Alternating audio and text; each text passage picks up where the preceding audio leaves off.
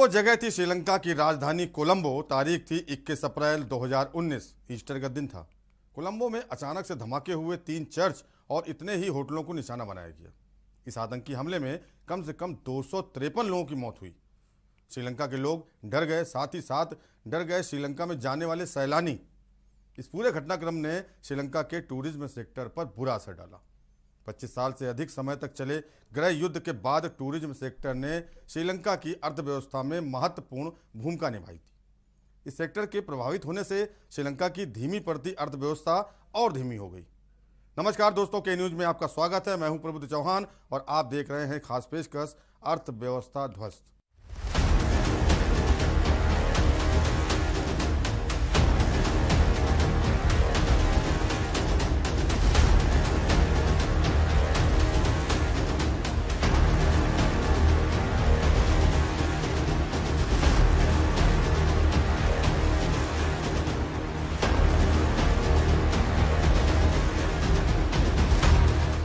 श्रीलंका की Easter bombing को 1 साल भी नहीं बीता था कि कोविड महामारी ने पूरी दुनिया को अपनी गिरफ्त में ले लिया। पूरी दुनिया के टूरिज्म सेक्टर पर बहुत बुरा असर पड़ा। इसमें श्रीलंका का भी पर्यटन क्षेत्र शामिल रहा। इस बीच देश की नई नवेली सरकार के आर्थिक फैसले कंगाली में आटा गीला जैसे साबित हुए। श्रीलंका की आर्थिक हालत बहुत तेजी से बिगड़ी और लगातार बिगड़ती ही गई। अब हालात ऐसे हो गए हैं कि देश में खाने पीने की चीज़ों की कमी हो गई है। कागज़ और स्याही की कमी की वजह से बच्चों के एग्ज़ाम रद्द करने पड़े हैं। पेट्रोल, डीजल और गैस की भारी कमी है। लोग एक जगह से दूसरी जगह नहीं जा पा रहे हैं और ना ही थोड़ी बहुत ज़रूरी चीज़ें बची हैं। उनके घरों में बिजली नहीं आ रही है। लाखों लोगों की नौकरी एक झटके में चली गई। सरकार की जवाबदेही तय करने के लिए लोग सड़कों पर निकल आए। आखिर कैसे हुआ ये सब?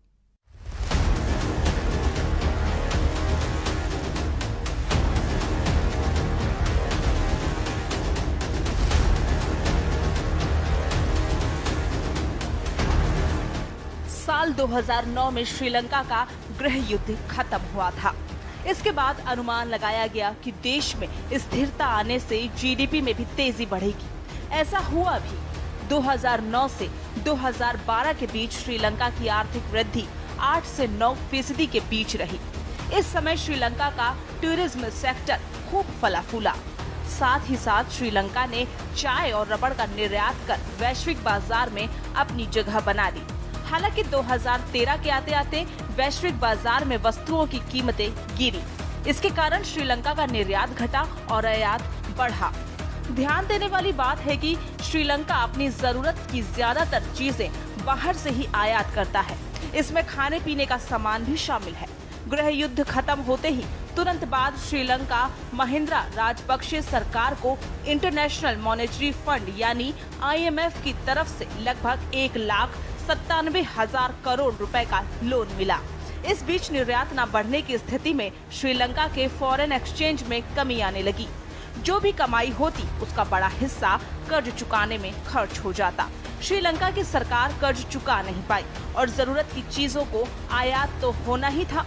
ऐसे में सरकार ने साल 2016 में IMF से एक और लोन लिया जो था 4,000 करोड़ रुपए का। इस लोन को देते हुए IMF ने श्रीलंका के ऊपर कड़ी शर्तें लगा दी। 2021 की आखिरी तिमाही में श्रीलंका की जीडीपी वृद्धि दर 3.4% रह गई।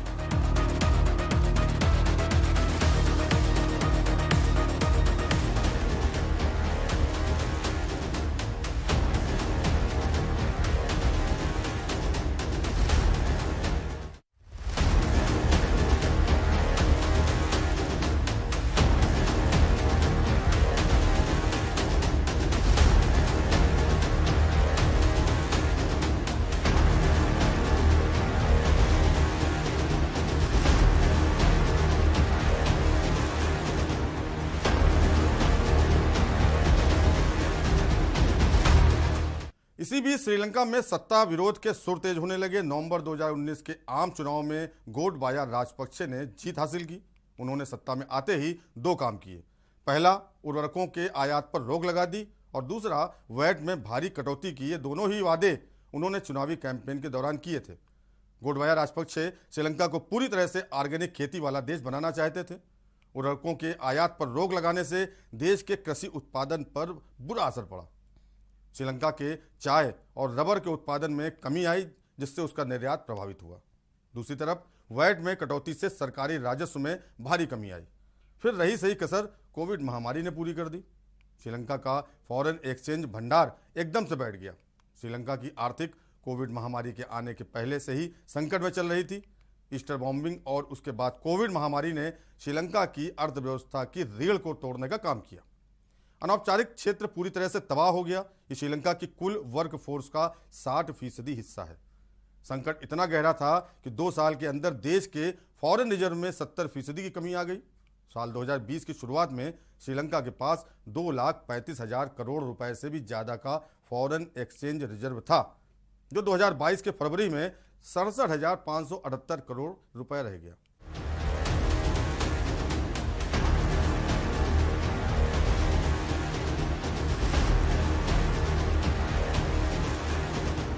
कोरोना महामारी की वजह से ही दुनिया भर में कई लोगों की नौकरी गई। दूसरे देशों में काम करने वाले श्रीलंका के नागरिक भी बड़ी संख्या में बेरोजगार हुए और वापस लौटे।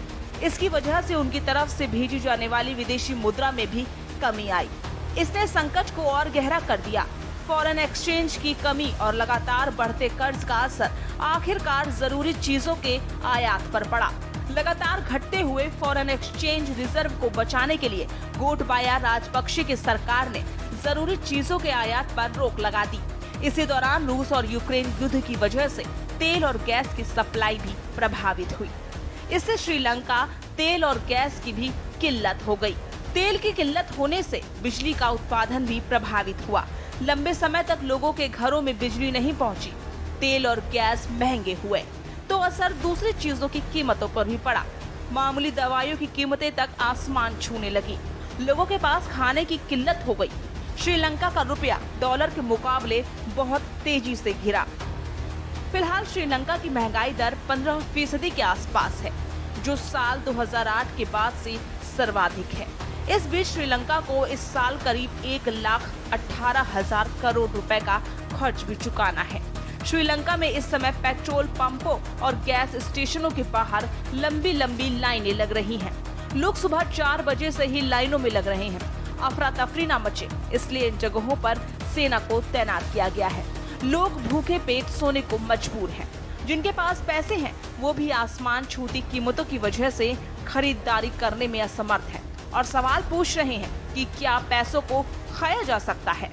बुजुर्गों का कहना है कि उन्होंने ऐसा दौर पहले कभी नहीं देखा।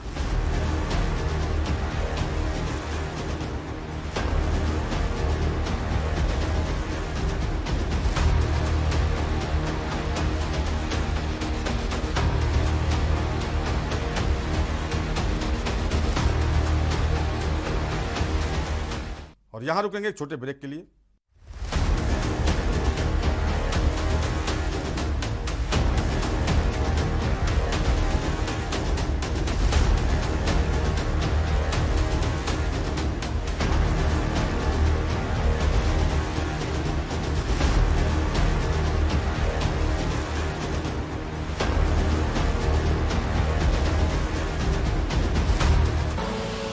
आप देख रहे हैं के न्यूज, खबरों का सारथी।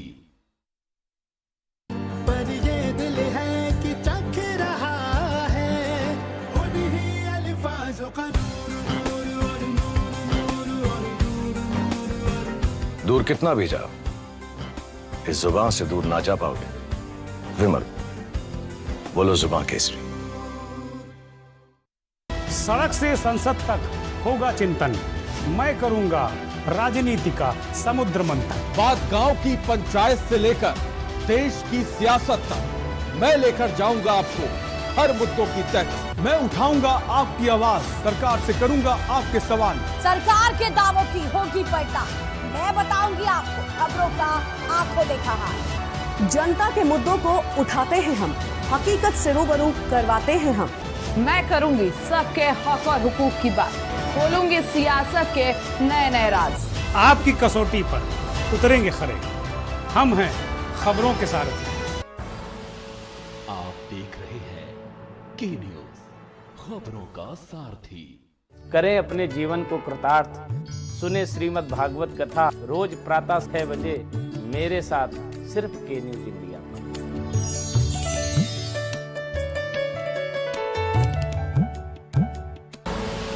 आप देख रहे हैं के न्यूज, खबरों का सारथी।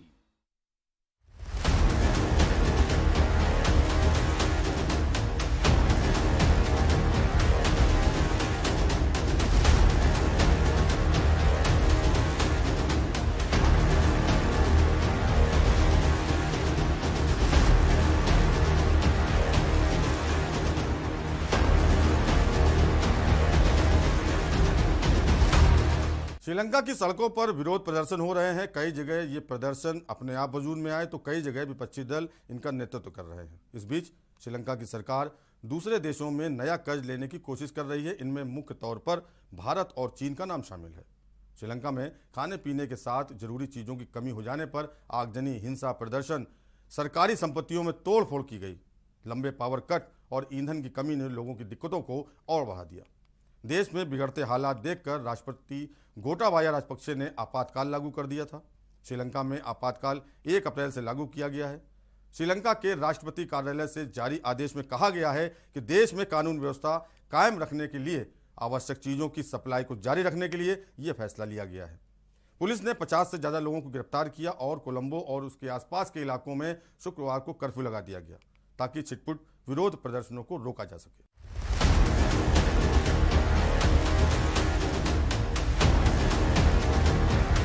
श्रीलंका के आम लोगों को लगता है कि देश की आर्थिक बदहाली के लिए मौजूदा सरकार की नीतियां ही जिम्मेदार हैं।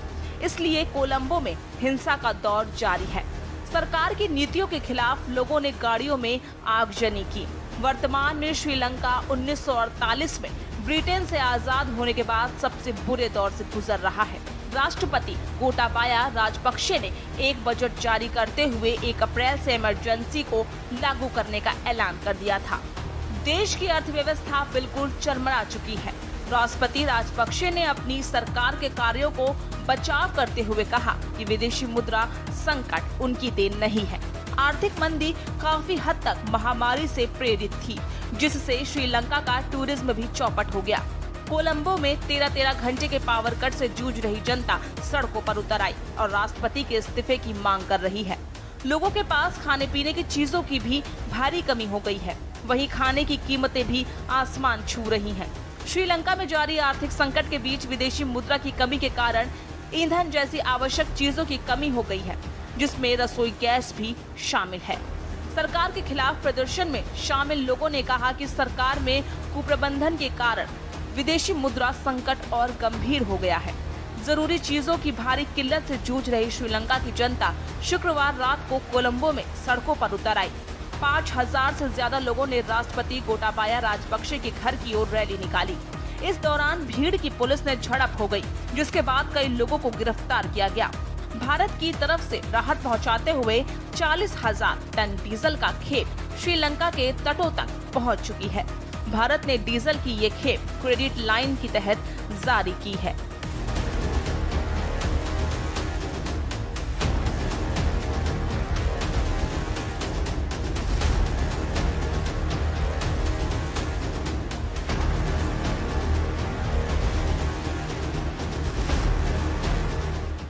वर्तमान समय में एशिया के अंदर सबसे अधिक महंगाई श्रीलंका में है।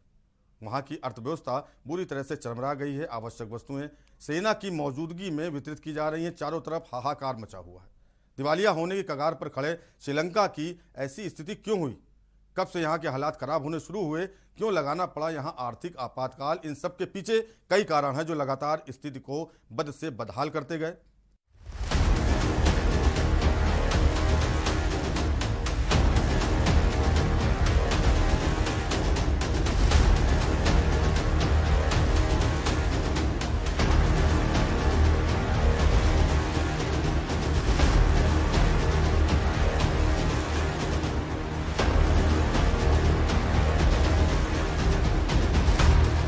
श्रीलंका की मौजूदा तंग अर्थव्यवस्था के पीछे कोई एक कारण नहीं है, बल्कि कई ऐसी वजह हैं जिससे यह छोटा सा द्वीपीय देश अपनी आज़ादी यानी 1948 के बाद अब तक के सबसे खराब वित्तीय संकट से जूझ रहा है।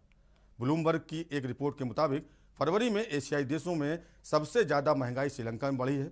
फरवरी 2021 की तुलना में फरवरी 2022 में खुदरा महंगाई 15.1% बढ़ गई है। श्रीलंका की बदहाली के प्रमुख कारण। कोविड-19 महामारी श्रीलंका की जीडीपी में पर्यटन का सबसे बड़ा योगदान है। वहां की जीडीपी में टूरिज्म की हिस्सेदारी 10% से ज्यादा है और पर्यटन से विदेशी मुद्रा भंडार में भी इजाफा होता है। लेकिन कोरोना महामारी की वजह से वहां के विदेशी मुद्रा भंडार में बड़ी गिरावट देखने को मिली है। विदेशी मुद्रा भंडार का कम होना। 2019 में श्रीलंका का विदेशी मुद्रा भंडार $7.5 बिलियन का था, लेकिन महामारी के दंश से यह गिरकर पिछले 7 जुलाई में $2.8 बिलियन पर आ गया। विदेशी मुद्रा की कमी से कनाडा जैसी कई देशों ने फिलहाल श्रीलंका में निवेश बंद कर दिया है। खेती में रासायनिक उर्वरक के इस्तेमाल में बैन लगाना। गिरती मुद्रा और कम होते विदेशी भंडार के बीच श्रीलंका की सरकार ने खेती में रासायनिक उर्वरकों को उपयोग पर प्रतिबंधित लगाने का फैसला सुना दिया था, जिससे कृषि उत्पादन में कमी आई और खाद्य संकट में बढ़ोतरी हुई।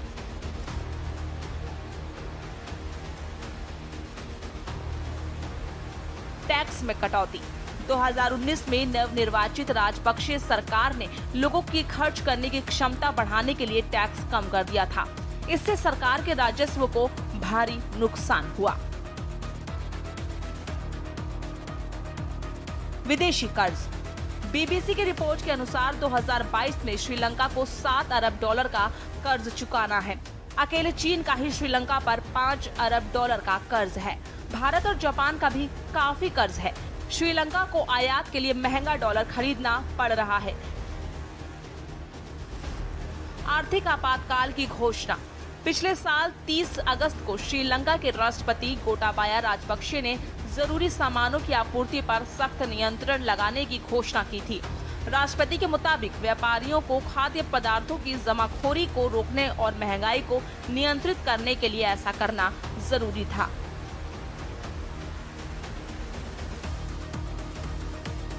एफडीआई में कमी। श्रीलंका में एफडीआई यानी प्रत्यक्ष विदेशी निवेश 2018 में $1.6 बिलियन का हुआ, जो कि 2019 में घटकर $793 मिलियन पर आ गया और 2020 में गिरकर $548 मिलियन हो गया।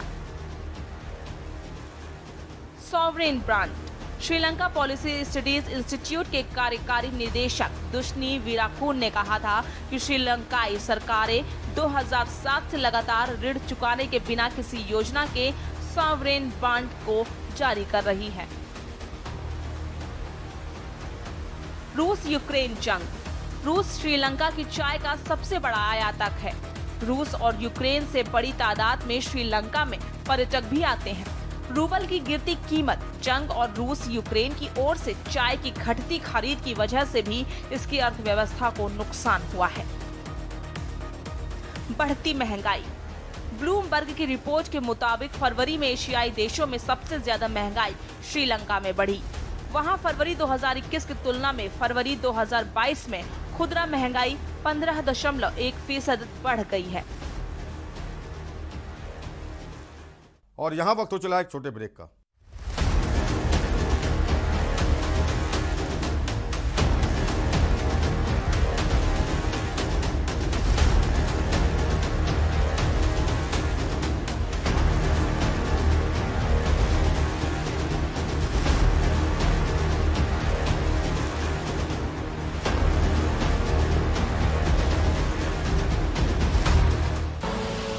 आप देख रहे हैं के न्यूज, खबरों का सारथी।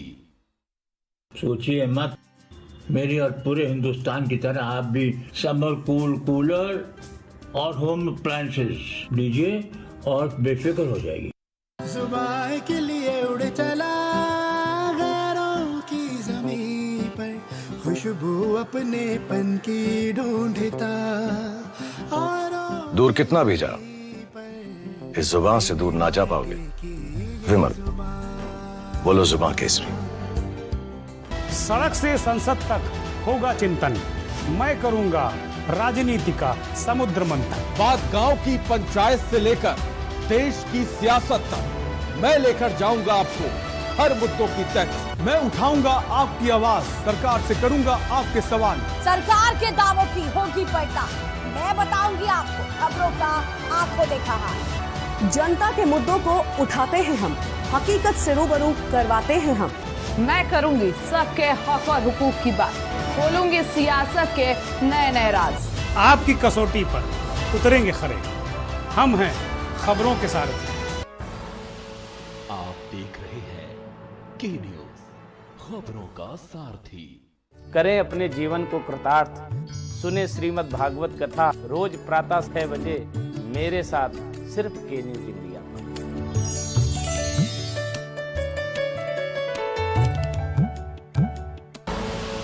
आप देख रहे हैं के न्यूज, खबरों का सारथी।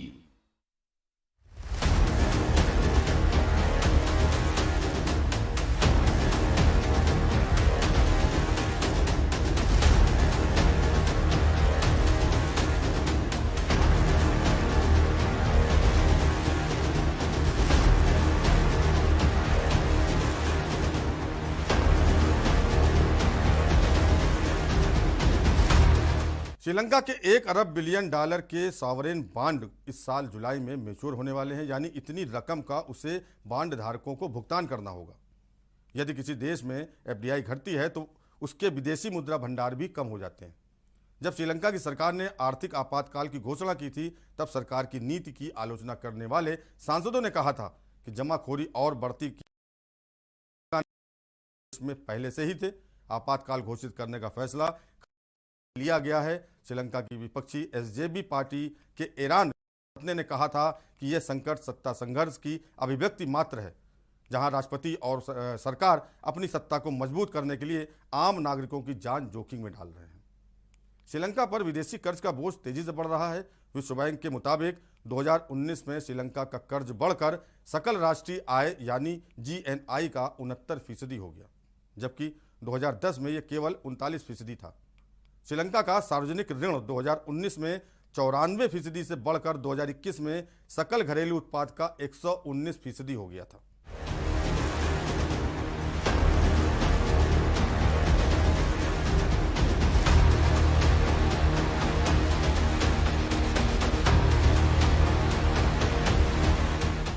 श्रीलंका में विपक्ष के प्रमुख नेता और अर्थशास्त्री हर्षा डी सिल्वा ने संसद सत्र के दौरान कहा था कि वर्ष 2022 के फरवरी से लेकर अक्टूबर तक कितनी भी आयातगी कर दी जाए, मगर उसके बावजूद भी श्रीलंका पर चढ़ रहा विदेशी कर्ज उतर नहीं पाएगा। उन्होंने कहा था कि अक्टूबर तक श्रीलंका के पास विदेशी मुद्रा के रूप के लिए सिर्फ 4.8 खरब अमेरिकी डॉलर बचेंगे। पिछले साल जुलाई में हुए एक सर्वे के अनुसार श्रीलंका के लगभग 90% किसान खेती में रासायनिक पदार्थों का उपयोग करते हैं। रासायनिक उर्वरकों पर सबसे अधिक निर्भरता चावल, रबड़ और चाय के किसानों की रही है। श्रीलंका के चाय एक्सपर्ट का मानना है कि जैविक खेती की ओर जबरन दबाव बनाने से चाय और अन्य फसलों का उत्पादन आधा हो सकता है और इससे खाद्य संकट भी गंभीर हो सकता है, जो वर्तमान संकट से भी बदतर होगा। श्रीलंका के केंद्रीय बैंक की ओर से फरवरी में जारी आंकड़ों के मुताबिक देश का विदेशी मुद्रा भंडार जनवरी 2022 में 24.8% घटकर 2.36 अरब डॉलर रह गया है।